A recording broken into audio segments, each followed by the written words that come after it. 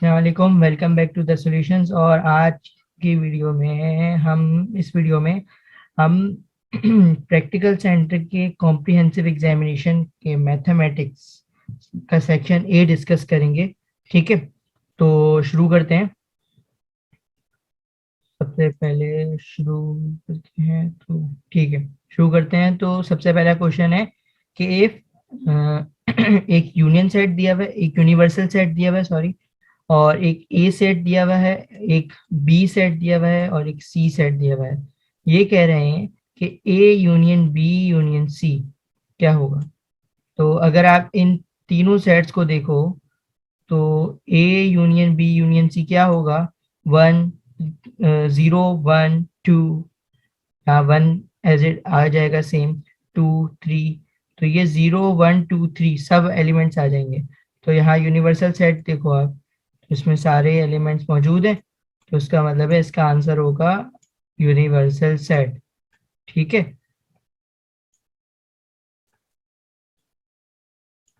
इसके बाद next MCQ की तरफ बढ़ते हैं। उसके उसमें कह रहा है कि इफ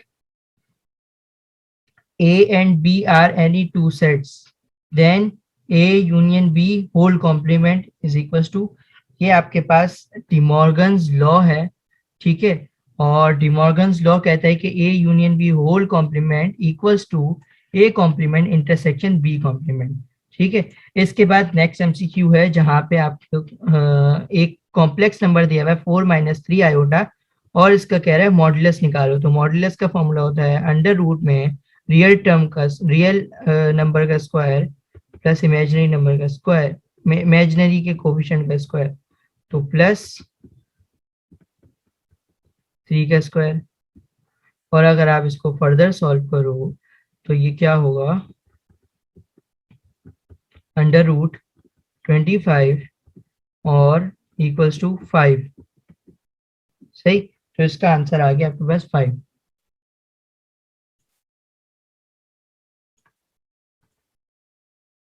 इसके बाद जो आपके पास नेक्स्ट एमसीक्यू है वो भी कुछ इसी तरह का है, जिसमें कह रहा है कि A B dot C comma D. अब यहाँ पे एक क्लियर बात नहीं लिखी हुई कि ये जो है एक कॉम्प्लेक्स नंबर है, और ये इस तरह का कॉम्प्लेक्स नंबर है। ए प्लस बी आयोटा, पहला वाला रियल होता है, दूसरा वाला इमेजिनरी होता है, into C plus D iota. ठीक है, तो आप इसको किस तरह सॉल्व करेंगे कि आप ए को सी से भी मल्टीप्लाई करेंगे और ए को डी आयोटा से भी मल्टीप्लाई करेंगे, फिर बी को सी से भी मल्टीप्लाई करेंगे, और बी आयोटा का सी से भी, बी आयोटा का डी आयोटा से भी। तो ये हो जाएगा A C plus A D iota plus, और क्या होगा, B C iota plus B D iota का स्क्वायर। ठीक है, अब अगर मैं यहाँ देखूं तो ये रियल नंबर हो गया, ये रियल नंबर हो गया, ये दोनों हो गए इमेजिनरी। ठीक है, तो ये क्या लिखा हुआ है, ये रियल और इमेजिनरी नंबर कॉम्प्लेक्स नंबर ही लिखे हुए नीचे। ठीक है, उनके कोफिशिएंट है वो जिस तरह से, पहला वाला रियल, दूसरा वाला इमेजिनरी। अब आप देखो कि यहाँ पे ये रियल, पहले तो ये है कि ये रियल कैसे, क्योंकि आयोटा का स्क्वायर है, तो आयोटा स्क्वायर जो है आपके पास वो -1 के बराबर होता है। ठीक है, तो ये -1 वैल्यू पुट कर दूंगा तो यहाँ पे ये सॉल्व हो जाएगा। मैं यहाँ पे लिख देता हूँ, आयोटा स्क्वायर जो है वो -1 के बराबर होता है, तो ये वैल्यू आप फॉर्म कर सकते हो। तो ए सी माइनस बी डी हो जाएगा। तो यहाँ पे कौन से ऑप्शन में है, A C minus B D ये रहा, और B C plus A D, B C plus A D, तो ये वाला ऑप्शन हमारा सही है जो कि ऑप्शन बी है। ठीक है,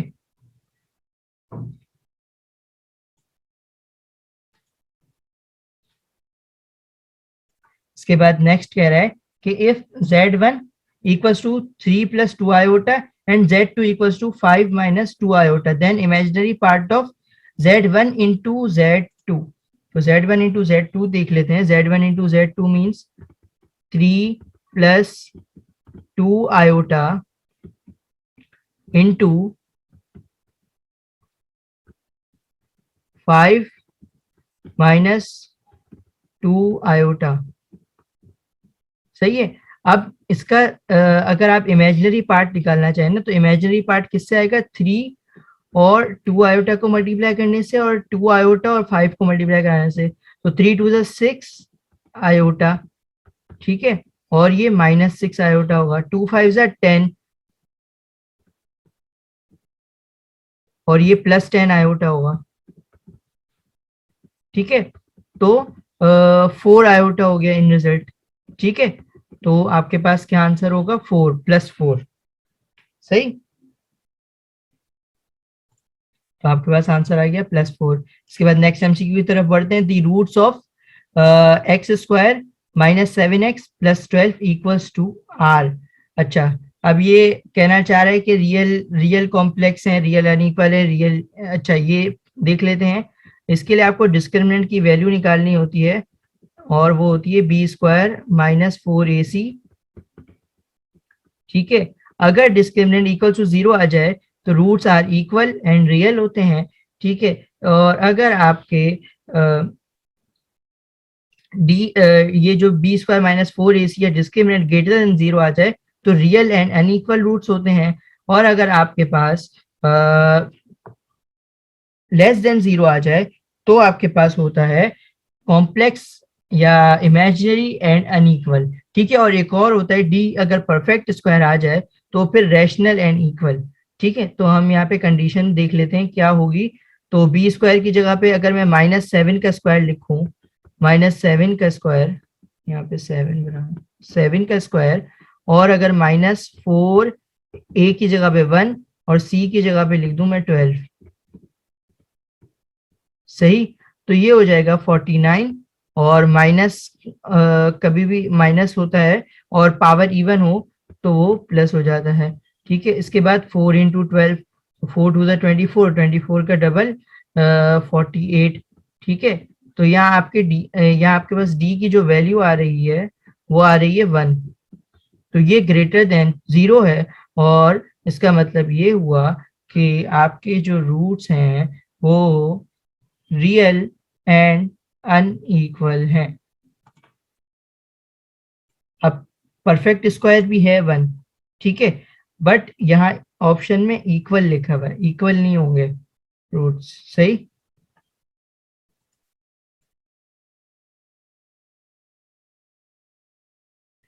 रैशनल जरूर होंगे। अच्छा, इसके बाद हम आगे बढ़ते हैं, तो मैं ये सब क्लियर कर दूं पुराने ऑप्शंस। उसके बाद एमसीक्यू नंबर 7 हमारे पास है कि द इक्वेशन हैविंग रूट्स, दो रूट्स हैं, इज। तो इक्वेशन फाइंड करो, दो रूट्स दिए हुए हैं, ठीक है।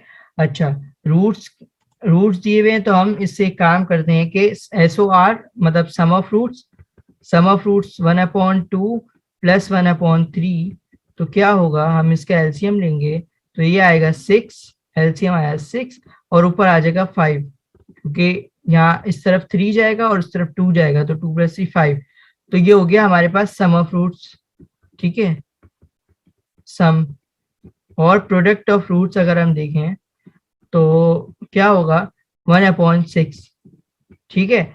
इसके बाद जब इक्वेशन बनाएंगे तो ये इक्वेशन होती है x² - SOR। SOR क्या है हमारे पास, 5/6, ठीक है, x + POR 1/6, ठीक है। तो इसमें क्या होगा कि ये 6 इधर जाके मल्टीप्लाई होगा, इक्वल्स टू 0। एलसीएम लेंगे, 6x² से मल्टीप्लाई होगा, ठीक है। और बाकी सबके नीचे पहले से 6 मौजूद था तो और किसी से मल्टीप्लाई नहीं होगा, +1 इक्वल्स टू 0। अब जो एलसीएम वाला 6 था वो मैंने 0 से मल्टीप्लाई करा के 0 कर दिया, तो ये मेरी इक्वेशन बन गई, ठीक है। तो इस तरह से ये इक्वेशन बन जाएगी कि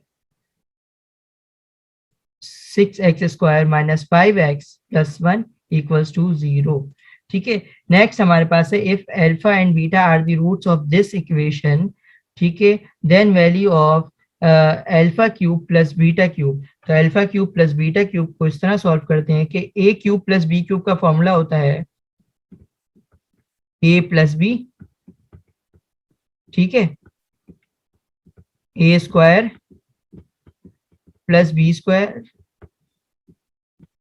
माइनस ए बी। ठीक है, और अगर मैं ए प्लस बी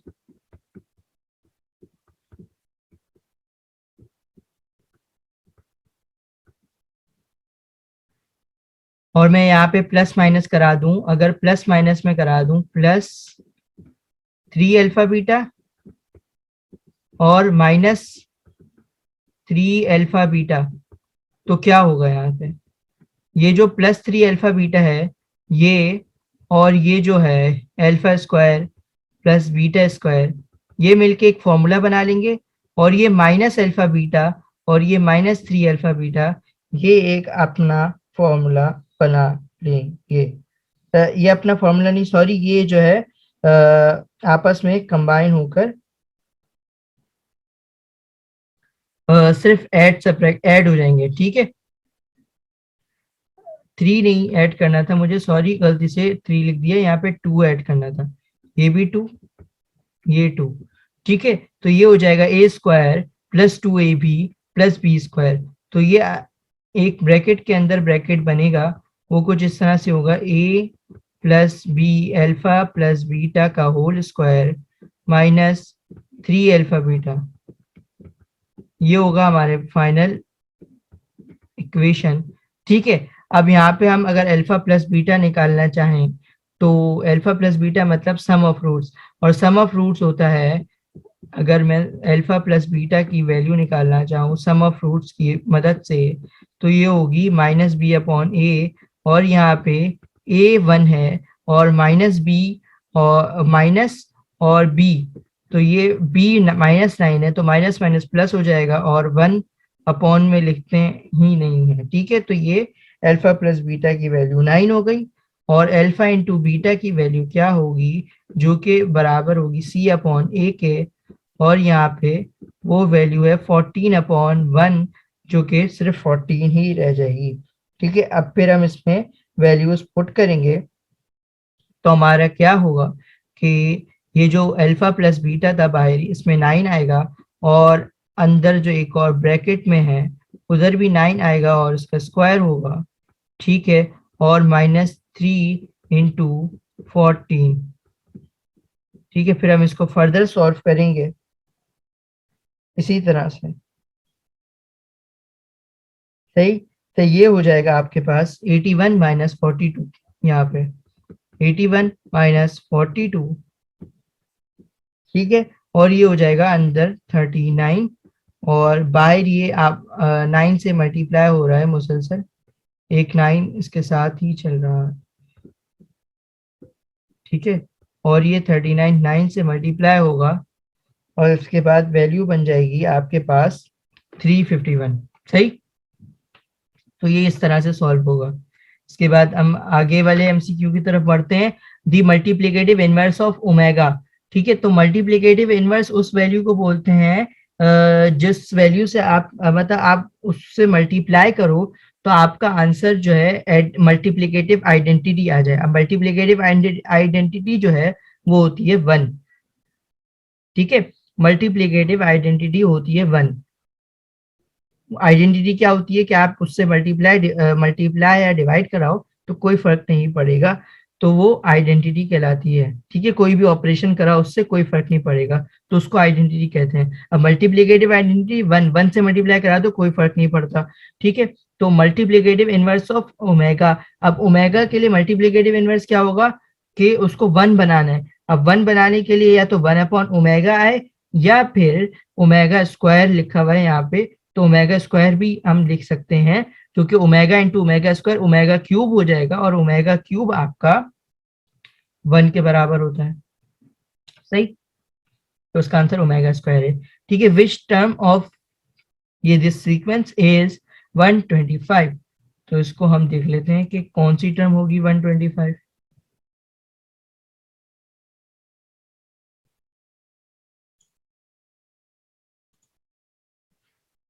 तो अगर हम देखें तो यहाँ पे जो कॉमन रेशियो अगर हम देखना चाहें कि ये पहले सीक्वेंस कौन सी है, तो 10 - 5 इक्वल्स टू 5, और अगर 15 माइनस 10 करें तो भी 5 आंसर आता है। इसका मतलब है कि ये AP है, और AP की TN का फॉर्मूला होता है TN equals to A plus N minus 1D। ठीक है, अभी हम यहाँ पे क्या फाइंड करना है कि N क्या है। ठीक है, तो TN हमारे पास दी हुई है 125। ठीक है, A हमारे पास है 5 प्लस N माइनस 1, और D भी 5 चाहिए, 5 है बल्कि। ठीक है, 125 अपनी जगह पे एज इट इज। ठीक है, ये 5 अपनी जगह पे एज इट इज, प्लस 5 को मैं n से भी मल्टीप्लाई करा दूंगा, -1 से भी, तो -5, और इस 5 से ये वाला 5 कैंसिल, और अगर ये वाला 5 बचेगा तो 5 वन जा, और ये सॉल्व हो गया 125 से। सॉरी, ये हो गया 25। सही है, तो n equals to 25, 125 divide by 5, तो ये हो जाएगा 25। सही, तो यहाँ पे हो गई 25th टर्म हमारा आंसर। ठीक है, इसके बाद कह रहा है कि the 5th term from the end of the GP.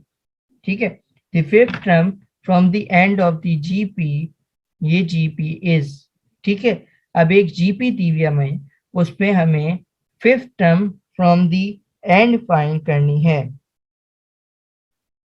ठीक है, तो हम इसमें क्या करेंगे, सबसे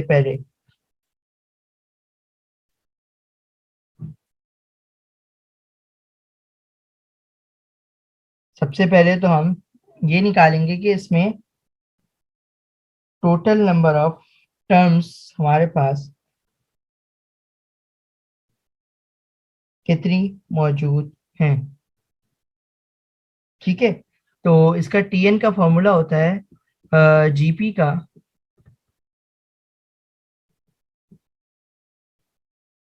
जीपी के TN का फॉर्मूला कुछ इस तरह से होता है कि TN इक्वल्स टू ARN-1। ठीक है, तो हमें पहले ये फाइंड करना है कि n कितनी नंबर ऑफ टर्म्स टोटल हैं। सही, कॉमन रेशियो हमें पता चल जाएगा, और यहाँ पे एक मिस्टेक है, ये यहाँ पे 6 है, तो ये जीपी प्रॉपर बन पाएगी। ठीक है, कॉमन रेशियो क्या आएगा, 6 डिवाइड बाई 2, 3, और 18 divide by 6 also equals to 3। सही है, तो यहाँ पे कॉमन रेशियो आ गया 3, और ये 4, 3, 7, 4 इक्वल्स टू 2 इंटू 3n-1। ठीक है, ये 2 से मैं ये डिवाइड करा दूंगा, 4 3 डिवाइड बाय 2, तो ये आपको आंसर देगा 2187, 2187। और अगर आपको याद हो कि बेसिस सेम हो तो पावर, बेसिस सेम हो और मल्टीप्लाई हो रही हो तो पावर ऐड होती है, और जबकि बेसिस सेम हो और डिवाइड हो रही हो बेसिस, तो पावर सब्ट्रैक्ट होती है। तो यहाँ पे पावर सब्ट्रैक्ट हो रही है, इसका मतलब है डिवाइड हो रही थी ये टर्म्स, बेसिस सेम थी, डिवाइड कर दी 3 पावर 1, ये इससे मल्टीप्लाई हो जाएगा।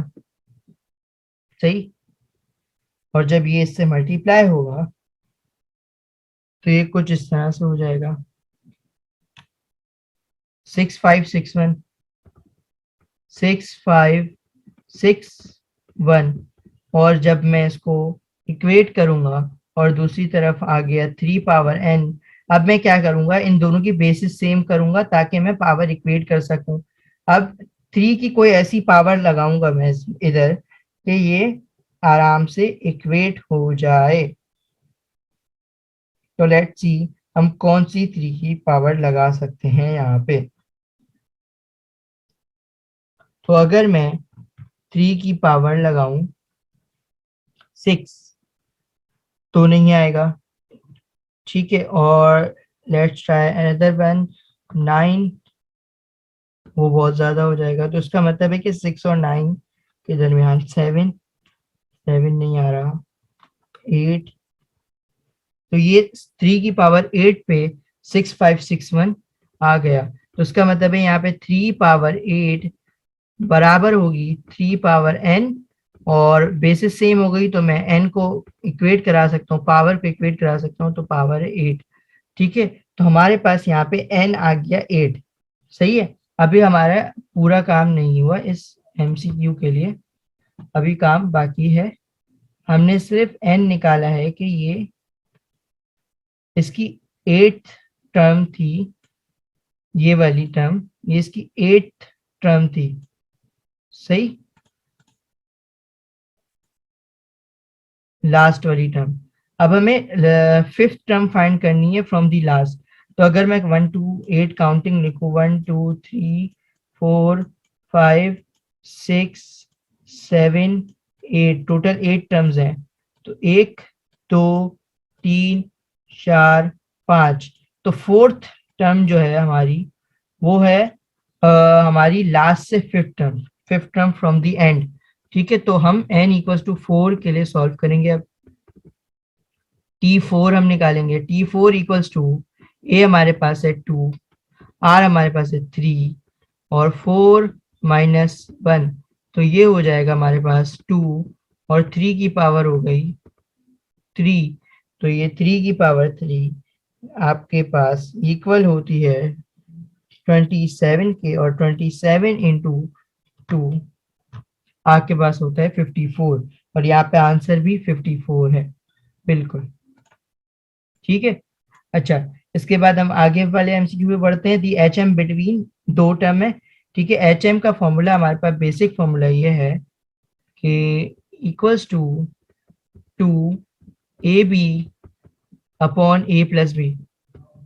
ठीक है, अगर मैं इन दोनों को प्लस करूं तो 1/2 प्लस 1/3, एलसीएम होने के बाद ये हो जाएगा 5/6।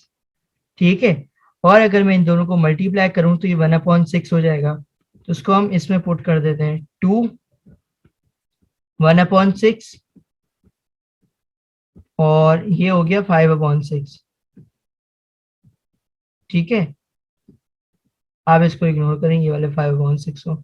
ठीक है, अब मैं इसको इससे कैंसिल कर सकता हूँ। ठीक है, ये हो जाएगा 2/5 हमारा आंसर। सही, इस तरह से ये आंसर आएगा। ओ सॉरी, ये वाला आंसर है 2/5। सही, तो अब आगे बढ़ते हैं, इसको क्लियर कर लेते हैं।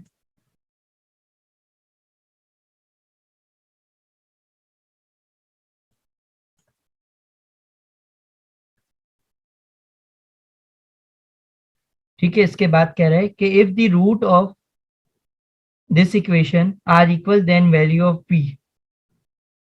सही है, तो इसका मतलब है कि इक्वेशन के रूट्स इक्वल हैं, तो इसको किस तरह सॉल्व करेंगे। अगर इक्वेशन के रूट्स इक्वल हों तो d इक्वल्स टू 0 होता है, means B square minus 4ac equals to 0 होता है।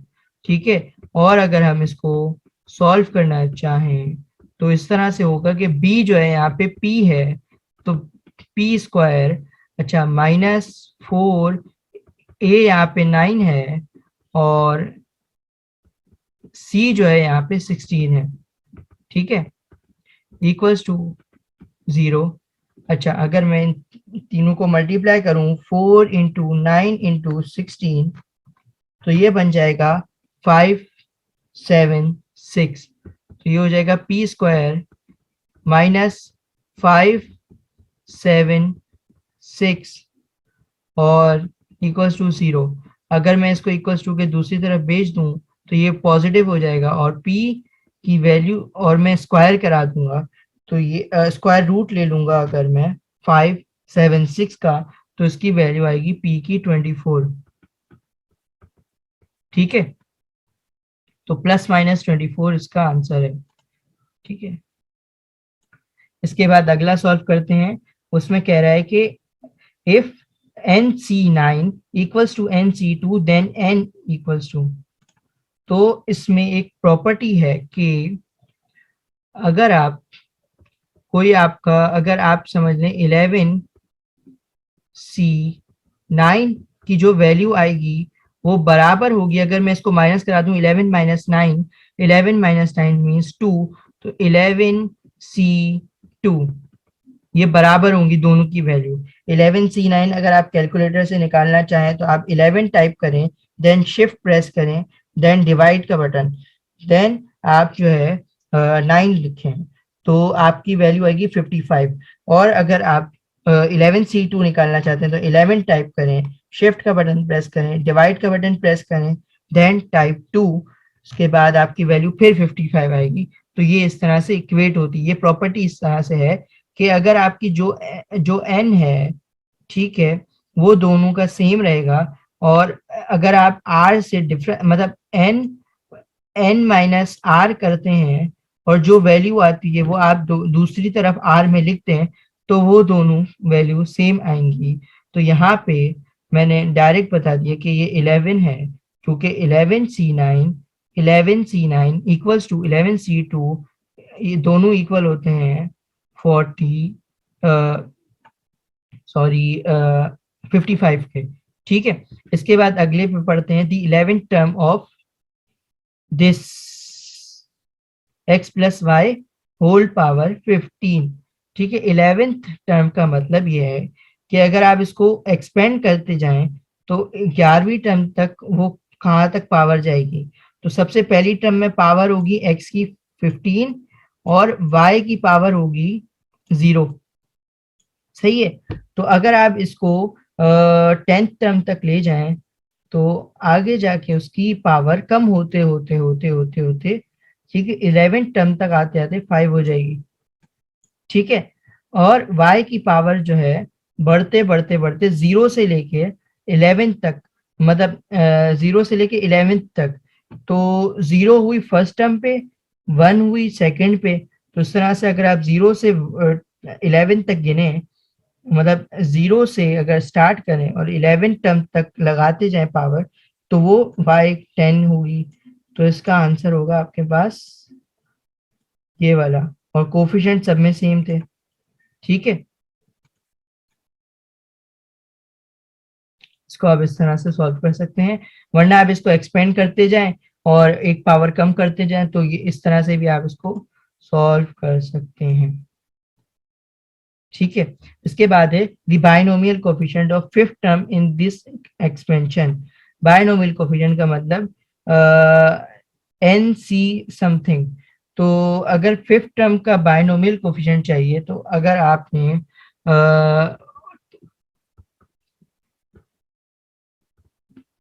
जनरल टर्म पे गौर किया हो तो वो r प्लस 1 होती है, और यहाँ पे 5 है, तो इसका मतलब ये हुआ 5 प्लस टू r प्लस 1, और ये हो जाएगा r आपका 4।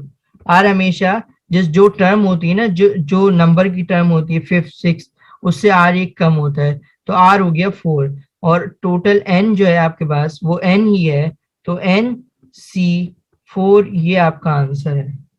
ठीक है, ये हो गया बायनोमियल कोफिशिएंट। इसके अलावा भी कोफिशिएंट बनेगा क्योंकि बी पे भी कुछ पावर आएगी, बट वो कोफिशिएंट काउंट नहीं होगा। यहाँ पे सिर्फ बायनोमियल कोफिशिएंट मींस सी वाला ये जो कॉम्बिनेशन वाला जो आपके पास फैक्टर है, सिर्फ ये बायनोमियल कोफिशिएंट कहलाता है। ठीक है, the total number of terms in this expansion. अच्छा, total number of term in this expansion कितनी होगी, तो यहाँ पे अगर आप देखें तो जो टोटल नंबर ऑफ टर्म्स होती हैं वो पावर से एक ज्यादा होती है n प्लस 1। तो यहाँ पे भी मैं इसी तरह करूंगा कि n प्लस 1 करके देखेंगे, तो n यहाँ पे 2n प्लस 3। ठीक है, 2n प्लस 3 प्लस 1, तो ये हो गया 2n प्लस 4। ठीक है, 2n प्लस 4 हो गया, और 2 कॉमन ले लिया, n प्लस 2 हो गया। ठीक है, तो ये इसका आंसर है। इस तरह से ये सॉल्व हो जाएगा।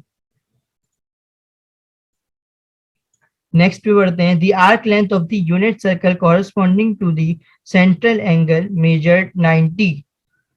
ठीक है, arc length means S find करना है और ये वाला फॉर्मूला यूज होगा यहाँ पे, S equals to R theta.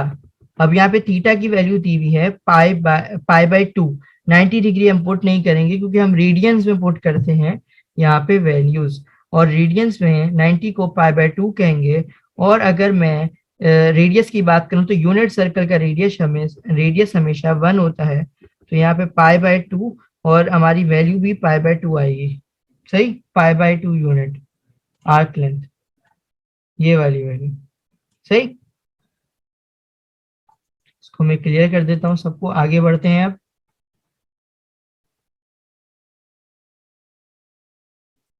19th MCQs में हमारे पास कह रहा है 1/2 साइन 2 थीटा। तो साइन 2 थीटा का फॉर्मूला क्या होता है, अगर मैं 1/2 को एज इट इज छोड़ दूं, साइन 2 थीटा का फॉर्मूला होता है 2 साइन थीटा कॉस थीटा। ठीक है,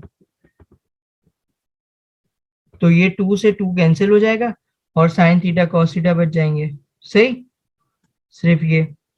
इसके बाद 20th एमसीक्यू पे अगर आए तो मैंने आपको बताया, पहले पिछली वीडियो में बताया था कि जब 90 या 270 आए तो फंक्शन चेंज होएगा, वरना कोई फंक्शन चेंज नहीं होता। और यहाँ पे 90 लिखा हुआ है। ठीक है, तो 90 माइनस थीटा और कॉट है, तो कॉट किस में 10 में चेंज होगा। ठीक है, कॉट जब 10 में चेंज होगा तो किस तरह होगा, आप देख लें पहले आप। ये है 90 माइनस थीटा, इसका मतलब ये फर्स्ट क्वाड्रेंट में। फर्स्ट क्वाड्रेंट में मतलब all positive, all positive means कि 10 थीटा जो है हमारा पॉजिटिव वाला आएगा।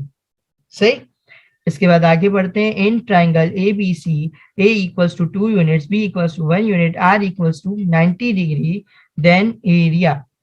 तो अगर हम एरिया, यहाँ पे आर नहीं सॉरी ये गैमा लिखा हुआ है, यहाँ पे बहुत अनक्लियर लिखा हुआ है इसीलिए आर लग रहा था, लेकिन यहाँ पे गैमा लिखा होना चाहिए।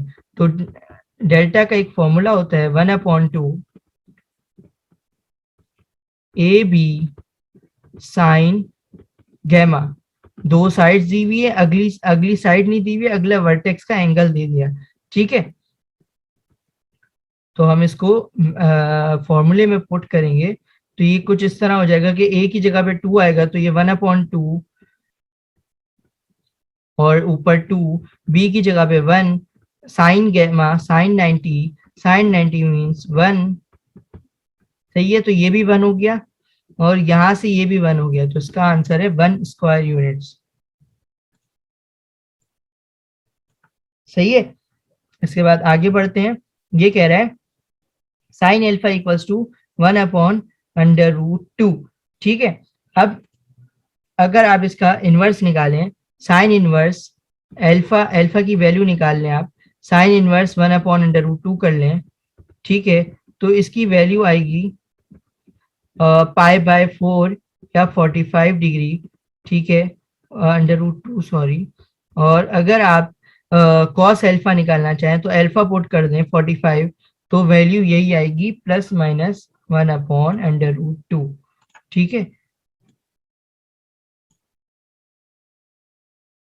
इसके बाद आप अगला फॉर्मूला है, बल्कि मैं नीचे कर लेता हूं तो क्लियर दिख रहेगा।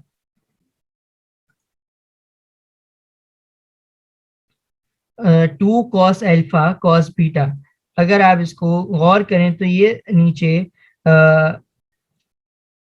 फॉर्मूलाज ओपन होंगे। ठीक है, cos alpha plus beta cos, ये वाले फॉर्मूलाज ओपन होंगे, तो इसमें इसका जो आंसर है वो ये वाला है, बल्कि नहीं ये वाला है। इसमें क्या होगा कि जब आप इसको ओपन करेंगे फर्स्ट वाले को, तो ये हो जाएगा कॉस एल्फा और कॉस बीटा। ठीक है, और अगर कॉस एल्फा प्लस बीटा है तो यहाँ पे minus sine alpha sign beta.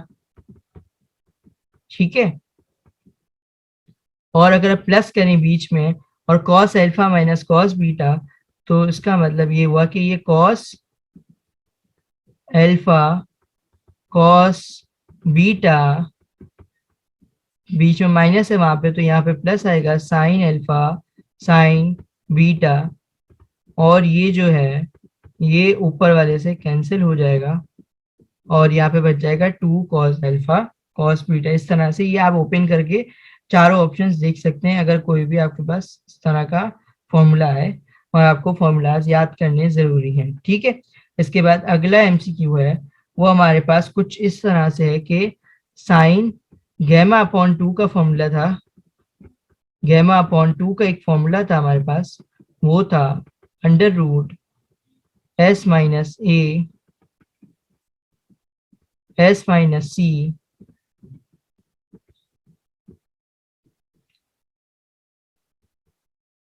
O sorry S minus A S minus B upon A B. ठीक है, साइन गैमा अपॉन 2 का ये फॉर्मूला था। अगर मैं स्क्वायरिंग कर दूं दोनों साइड पे तो ये साइन स्क्वायर गैमा अपॉन 2 बन जाएगा। ठीक है, और यहाँ पे जो बच जाएगा वो हो जाएगा एस माइनस ए और एस माइनस बी।